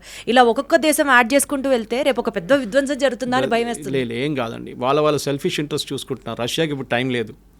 రష్యాకి వాళ్ళ దగ్గర ఉన్న యుక్రెయిన్తో ప్రాబ్లం నడుస్తుంది. వాళ్ళు ఎవరిని సపోర్ట్ చేయడానికో ఎవరిని డిఫెండ్ చేయడానికి వెళ్ళరు. వాళ్ళ ఇంట్లోనే మంట పట్టుకుంది, వాళ్ళు చూసుకుంటున్నారు దాన్ని. ఇంకొక ఇంట్లో ఏం చూసుకుంటామని వాళ్ళు. So they will not do anything. China నేను చెప్పినట్లు బికాజ్ వాళ్ళ ఇంటర్నల్ ప్రాబ్లమ్స్, అమెరికాతో ఉన్న ట్రేడ్ ప్రాబ్లమ్స్ కానీ వాళ్ళు కూడా దీంట్లో వచ్చి పడరు ఇప్పటికి present situation. They cannot help Iran also. మీరు మిసైల్స్ ఇచ్చినా కానీ వాళ్ళు ఇరాన్ వాడుకోలేరు ఇప్పుడు దాన్ని. ఆ టెక్నాలజీ డిఫరెంట్ ఉంటుంది. పాకిస్తాన్కి మొన్న ఇచ్చినట్టు వాళ్ళ టెక్నాలజీ లాగా అయిపోతుంది. వాడుకోవడానికి పాకిస్తాన్కి తెలియదు ఎట్లా వాడుకోవాలని. వాళ్ళు వాడుకోలేకపోయారు. వాళ్ళ డిఫెన్స్ సిస్టమ్స్ కానీ ఏదైనా చైనా దగ్గర తీసుకున్న ఎయిర్క్రాఫ్ట్ కానీ ఏదైనా కానివ్వండి. So Iran as a nation is finished. కానీ రెజీమ్ చేంజ్ జరుగుతుందా, లేకుంటే కొత్త లీడర్షిప్ టేక్ ఓవర్ చేస్తారా? ఆ కొత్త లీడర్షిప్ పాత లీడర్షిప్ కన్నా ఇంకా ఏం చెప్తారు, రిలీజియస్లీ ఇంకా కొంచెం అరగెంట్ అయిపోతారా, ఇంకా కొంచెం ఏం చెప్తారు స్ట్రాంగ్ అయిపోతారని భయం ఒకటి ఉంది. ఇప్పుడున్న లీడర్షిప్ కొంచెం మోడరేట్ అనిపిస్తారు మీకు అప్పుడు అని చెప్పేసి దాన్ని చూస్తూ ఉండాలి మనం. ఎందుకంటే షా ఆఫ్ ఇరాన్ కానీ వాళ్ళ కొడుకు, ఇప్పుడు షా ఆఫ్ ఇరాన్ లేరు కానీ వాళ్ళ కొడుకు వాళ్ళ ఫ్యామిలీ రిటర్న్ రావచ్చు అంటే అది రాలేరు. ఇరాన్లో డెమోక్రసీ వస్తుందంటే అది కూడా డౌట్. మీరు గుర్తుపెట్టుకోండి, ఇరాక్లో వెళ్ళారు యుఎస్, ఏం చేశారు, మొత్తం ధ్వంసం చేసి సద్దాం హుసేన్ బయట పంపించింది, అక్కడ మెస్ అయిపోయింది. ఇప్పుడు కొంచెం స్టేబుల్గా ఉంది. లిబియాకి వెళ్ళారు, ఏం చేశారు, ఇదే పని చేశారు. సిరియాకి వెళ్ళారు, ఏం చేశారు, ఇదే పని చేశారు. ఆఫ్ఘనిస్తాన్కి వెళ్ళారు, అక్కడ కూడా మొత్తం ధ్వంసం చేశారు యుఎస్. సో యుఎస్ ఎక్కడ వెళ్ళినా కానీ అక్కడ ధ్వంసం చేసి వాళ్ళ ఎప్పుడైనా గుర్తుపెట్టుకోండి, US never fought a war on its soil. వాళ్ళ సాయిల్ మీద ఇవాళ దాకా ఒక ఫైట్ జరగలేదు. 2 సార్లు జరిగింది. ఒకటి పర్ల్ హార్బర్, జాపనీస్ పైలట్స్ వచ్చి వాళ్ళ మీద అటాక్ చేశారు, కామికాజే అటాక్ చేశారు. సెకండ్ 9/11 జరిగినప్పుడు. రెండిని యుద్ధం అని చెప్పలేము, కానీ సెకండ్ వరల్డ్ వార్ ఎండింగ్ వచ్చింది దాని తర్వాతనే. ఫస్ట్ పర్ల్ హార్బర్ జరిగిన తర్వాత న్యూక్లియర్ బాంబ్ తీసుకెళ్ళి వేశారు, మా మీద దాడి చేశారు కదా, మేము చేసి చూపిస్తామని చేసుకెళ్ళి. దానికోసం అమెరికా ఇప్పుడు కూడా ఇరాన్ అదే వాన్ చేస్తున్నారు. మా బేసెస్ ఉంది ఖతార్లో, వీళ్ళకి చాలా పెద్ద బేస్ ఉంది యూఎస్ది. సౌదీ అరేబియాలో పెద్ద బేస్ ఉంది. మీరు you name it and the bases there. యూఎస్కి 15 బేసెస్ ఉన్నాయి వెస్ట్ ఏషియాలో. పెద్ద వాళ్ళ 20 ఎయిర్క్రాఫ్ట్లు, మొత్తం అమెరికన్ సిటీ లాగా ఉంది వాళ్ళ దగ్గర. దాని మీద దాడి చేస్తే మేము మిమ్మల్ని ఫినిష్ చేసేస్తాము, మీరా హూతీలా ఎవరైనా కానివ్వండి. అదొక భయం ఇరాన్కి ఉంది. ఎలాగో అమెరికా డైరెక్ట్గా సపోర్ట్ ఇజ్రాయెల్కే చేస్తుంది. సో ఇరాన్తో పెట్టుకోదు, ఒకవేళ పెట్టుకోదలుచుకున్నా Iran will be finished with the help of Israel automatically. సరే, ఈ నేపథ్యంలో ఏ మిసైల్ ఎప్పుడు పేలుతుందో తెలీదు ఇరాన్ మీద. ఇరాన్ రెజీమ్ ఎంత మారుతున్నా, ఆ చేంజింగ్ ఓవర్ చూసుకుంటున్నా సరే, but still if Israel is very specific about Iran finish చేసే నేపథ్యంలో one shocking incident where India should also be equally ready for or well equipped for, foresee చేసుకుంటూ India కూడా జాగ్రత్త పడాల్సిన సిచ్యువేషన్ ఏమైనా మీ ప్రెడిక్షన్లో ఉందంటారా? What do have to say about it? Nuclear, ఎందుకంటే ఫోర్డ్రో కానివ్వండి, వాళ్ళది నాన్స్ 2 న్యూక్లియర్ ఫెసిలిటీస్ మీద దాడి జరుగుతుంది. ఆల్రెడీ కొంచెం లీకేజ్ ఉందని చెప్తున్నారు నాన్స్ ఫెసిలిటీ నుంచి. అది చాలా డేంజరస్, ఎందుకంటే న్యూక్లియర్ లీక్ ఒకసారి మొదలైతే దానికి ఎండ్ ఉండదు. 500 కిలోమీటర్ ఎక్స్టెండ్ చేసుకోవచ్చు, 1000 కిలోమీటర్ దాకా వెళ్ళచ్చు. దానికోసం పాకిస్తాన్ మీద మనం ఎప్పుడు డైరెక్ట్ వాళ్ళ న్యూక్లియర్ అసెట్స్ మీద దాడి చేయం, ఇండైరెక్ట్గా చేస్తాం మనం. ఎందుకంటే అది ఒకసేపు గాలి కొట్టి రాజస్థాన్ వైపు వస్తే మొత్తం రాజస్థాన్ ఫినిష్ అయిపోతుంది రేపు. సో న్యూక్లియర్ అనేది చిన్నపిల్లల ఆట కాదు, and we should be very very careful. Handle చేస్తున్న నేషన్ మనకు థ్రెట్ లేదు, కానీ న్యూక్లియర్ ఎక్స్ప్లోషన్ జరిగిందనుకోండి, దాని చుట్టుపక్కల 500 కిలోమీటర్ దాకా దాని ఇంపాక్ట్ ఉంటుంది. దానికోసం ఇజ్రాయెల్ ఇప్పుడు కూడా వాళ్ళ అసెట్స్ మీద దాడి చేయట్లేదు. వాళ్ళ ఎంట్రన్స్, మనం కొట్లనే ఎంట్రన్స్లో కొడుతున్నారు దాని, ఎందుకంటే అన్ని మౌంటైన్స్ లోపల ఉంటుంది. సో దాని లోపలికి పంపించి మిసైల్ కొడుతున్నారు. ఏమైనా కంటామినేషన్ ఉంటే కంటామినేషన్ ఆ మౌంటైన్ లోపల ఉండిపోతుంది. దాని తర్వాత కాంక్రీట్ వేసి సీల్ చేయొచ్చు. చెర్నోబిల్ మీకు అందరికి గుర్తుంటుంది, మనందరికీ. చెర్నోబిల్ న్యూక్లియర్ ప్లాంట్ బ్లాస్ట్ అయినప్పుడు ఇప్పుడు కూడా నెక్స్ట్ 2000 సంవత్సరాలు కూడా దాని పక్కన ఎవరు ఉండలేరు 500 కిలోమీటర్ దాకా. దాని న్యూక్లియర్ ఇంపాక్ట్ ఇప్పుడు కూడా జనరేషన్స్కి ఫీల్ అవుతుంది. క్యాన్సర్ లాంటి పెద్ద పెద్ద రోగాలు, పిల్లలు అసలు పుట్టినప్పుడు కాళ్ళు ఉండవు, చేతులు ఉండవు, ఇట్లాంటి చాలా ప్రాబ్లమ్స్ ఉంటుంది. సో న్యూక్లియర్ అనేది చిన్నపిల్ల బ్యాలిస్టిక్ మిసైల్ లాగా కాదు. న్యూక్లియర్ టెక్నాలజీ అనేది డిఫరెంట్ బాల్ ఇయర్స్ టుగెదర్ దాని ఇంపాక్ట్ ఉంటుంది. దానికోసం ఎవరైనా కానివ్వండి, దానికోసం ఇజ్రాయెల్ కూడా తెలుసు ఎక్కడ దాకా ఇచ్చి కొట్టాలో వాళ్ళు కొడుతున్నారు, దాని తర్వాత అమెరికా చూసుకుంటారు మిగతా అని చెప్పేసి. సో అమెరికా ఏం చేస్తారంటే ఇప్పుడు బహుశా ఏం జరగబోతుందంటే ఆల్రెడీ ట్రంప్ G7 నుంచి రిటర్న్ వచ్చేసారు, జల్దీ 1 day ముందే వచ్చేసారు.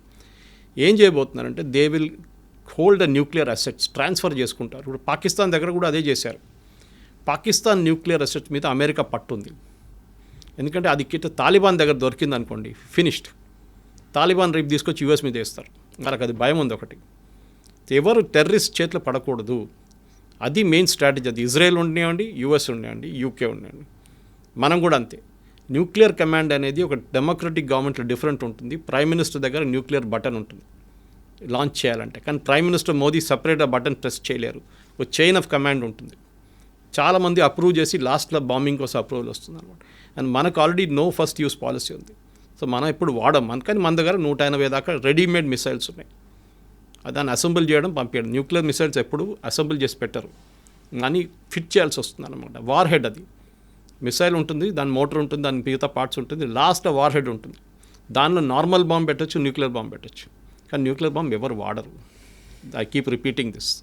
సో ఒక థ్రెట్గా వాడుకుంటారు, కానీ ఎప్పుడు న్యూక్లియర్ వాడరు ఎవరు, ఏ రెస్పాన్సిబుల్ నేషన్ అయినా కానీ. సో ఈ విషయంలో భారతదేశం జాగ్రత్తగా ఉండాలి, పాయింట్ నెంబర్ 1. అండ్ దీనికంటే మోస్ట్ ఇంపార్టెంట్లీ పీస్ ఎస్టాబ్లిష్ అవ్వడం ఇంకా బెటర్ సార్. అట్లీస్ట్ మనకి చాబార్ ఫోర్ట్ ఎక్కడ పోకూడదండి. వీ నీడ్ చాబార్ ఫోర్ట్, చాలా ఇంపార్టెంట్. ఎందుకంటే మనకి సోవియట్ యూనియన్ ఆ రీజన్లో ఆఫ్ఘనిస్తాన్ కన్నా కొంచెం పైన మనకి ఇప్పుడున్న రిలేషన్షిప్ అజర్బైజాన్తో వీళ్ళు కొట్లాడబెట్టుకున్నాం. మన అర్మేనియాని సపోర్ట్ చేస్తున్నాం మనం. Armenia is technically Christian country, Azerbaijan is totally Islamic. దానికోసం పాకిస్తాన్ సపోర్ట్ చేస్తున్నారు. టర్కీ, అజర్బైజాన్, పాకిస్తాన్ వీళ్ళు ముగ్గురు ఒక ట్రయోకా అయిపోయారు పార్ట్నర్షిప్లో. సో అదే టైంలో అజర్బైజాన్ మీద దాడి జరిగి యుద్ధాలు జరిగింది అక్కడ కూడా. నగోర్నా కారాబాక్ అని చెప్పి పెద్ద ఒక ఏరియా ఉంది, దాని మీద పెద్ద గొడవ నడుస్తుంది, మన కాశ్మీర్ లాగానే. సో దానికి సపోర్టింగ్ మనం చేస్తున్నప్పుడు, and as per our reports, ఇప్పుడు మీడియాలో కూడా వచ్చింది, నేను సీక్రెట్గా ఏం చెప్పట్లేదు, we are got air base in Armenia, మన దగ్గర ఉందంట ఒక బేస్ అక్కడ. సో మనకి చాబార్ ఫోర్ట్ ఇరాన్ నుంచి, ఎందుకంటే గల్ఫ్ నుంచి వచ్చే షిప్స్ని, మనం ఈవెన్ ఇండియా వైపు నుంచి వచ్చే షిప్స్ని డైరెక్ట్ ఆర్మేనియా పంపించడానికో లేకుంటే ఆఫ్ఘనిస్తాన్ పంపించడానికి మనకు ఒక రూట్ ఉంటుంది. ఇరాన్లో మనకు ఒక ఫేవరబుల్ రెజీమ్ ఉంటే, గవర్నమెంట్ రేపు వస్తే మనకు మంచిది. మళ్ళీ ఇంకో పాకిస్తాన్ లాగా తయారు కాకూడదు, కానీ అది చూసుకుంటారు. ఇజ్రాయెల్ కానీ US కానీ చూసుకుంటారు, వాళ్ళకి పప్పెట్ రెజీమ్ని పెట్టుకుంటారు అక్కడ. ఇప్పుడు బంగ్లాదేశ్లో ఎట్లా చేశారు అట్లనే వాళ్ళ కోసం కావాలని మనిషిని అక్కడ పెట్టుకుంటారు వాళ్ళు, అంతే. చూద్దాం సార్ ఈ ప్రొసీడింగ్స్ ఎక్కడి దాకా వెళ్తాయో. కానీ అసలు ఇదంతా it all started with Israel exist అవ్వడానికి వీల్లేదు అని చెప్పడానికి ఇరాన్ ఎవరు సార్? అది ఇరాన్ అని కాదు, ఆల్ ది ఇస్లామిక్ నేషన్స్. అసలు వాళ్ళు ఎవరు సార్ ఇంకొక నేషన్ ఎగ్జిస్ట్ అవ్వకూడదని చెప్పడానికి? It all started there. ఆ మైండ్ సెట్ నుంచి బయటకు వస్తే మేబీ ఈ 2 నేషన్స్ మధ్యలో పీస్ ఎస్టాబ్లిష్ అయ్యి ప్రపంచం అంతా హ్యాపీగా సాఫీగా సాగుతుందని ఎక్స్పెక్ట్ చేద్దాం. Thank you so much Suresh గారు, వండర్ఫుల్ టాకింగ్. Thank you.